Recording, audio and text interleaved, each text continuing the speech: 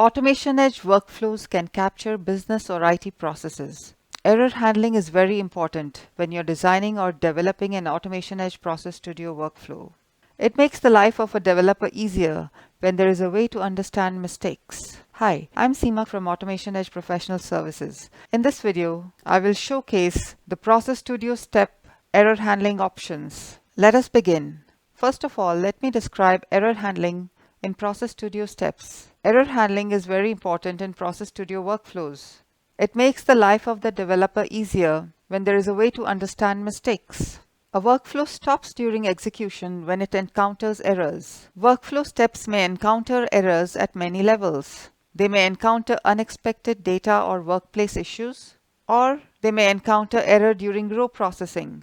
If a step encounters an error during row processing, it may log an error and stop the workflow, or the step can throw an exception, which also causes the workflow to stop. It is sensible to stop the workflow when there is a problem with the environment or configuration of a step. However, for error in a single or a few rows, it would be great to have a row-level error handling so that the entire workflow does not fail due to singular row data errors. Process Studio provides an option for error handling in several steps. To use error handling, you need to configure the error handling fields to capture the row error details in output fields. Secondly, provide an error hop to a target step for bad rows. So depending on the nature of the error, Process Studio may decide to stop the workflow or use the error handling feature.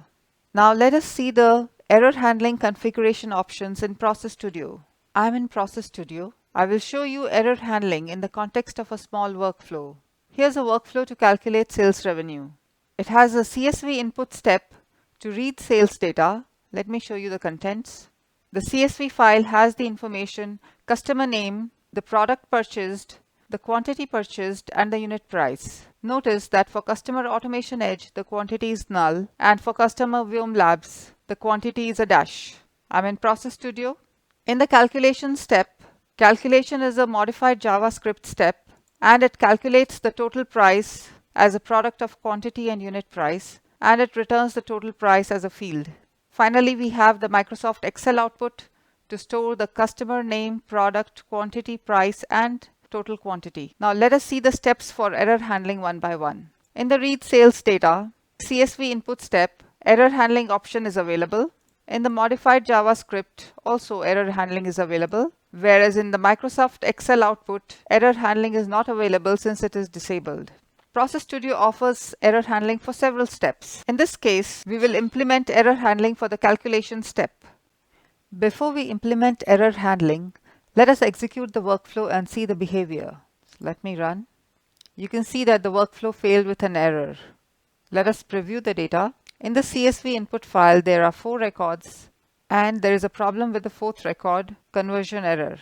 Let us go to the calculation step. It does not show any data. It shows an unexpected conversion error while converting quantity to an integer. Now let us go to the Microsoft Excel output. We can see 3 records were successfully processed. So there are 2 observations. One is that in case of any error rows, the workflow execution fails, and the failed row or the error message is not stored anywhere. You have to go to the log files to search for the errors. So let us go ahead and configure error handling and then see the results. Let me close the execution results pane and the workflow, and I will start afresh. Now let us right click on the calculation step, select error handling. Let us go through the configuration fields one by one. The first is the error handling step name, which is the calculation. The second is the target step. So we need to select a target step to divert the error rows. Currently we have the main Excel output step, so we will have to define a target step for error handling. The next is a checkbox, enable error handling. So we need to check this. The next is number of errors field name in the step. Specify a field name to hold the number of errors that occurred in the step. Let us say errors number field. The number of errors field name is an integer field. The next is the error descriptions field name. Specify a field name to hold the error description. Say error description. It holds data errors, example, error inserting row, data truncation out of range value, or conversion error, etc. The next is error fields field name. Specify a field name to capture the error fields. For example, error field name. It displays the field where it throws an error. The next is error codes field name. Specify a field name to store error codes or the error code values. Say for example, error code. In the next, specify the maximum number of errors allowed, the maximum percentage of errors allowed. It is 100% if you leave it empty, and the minimum number of rows to read before doing a percentage evaluation. For now, I will leave the last 3 fields blank. Click OK. Now we need to define a target error step. For the purposes of this demo, let me drag and drop the dummy step. Now you can connect a hop to the dummy step. You have 2 options, the main output of the step or the error handling step. I already defined the main output earlier, and I want to configure this as the error handling step.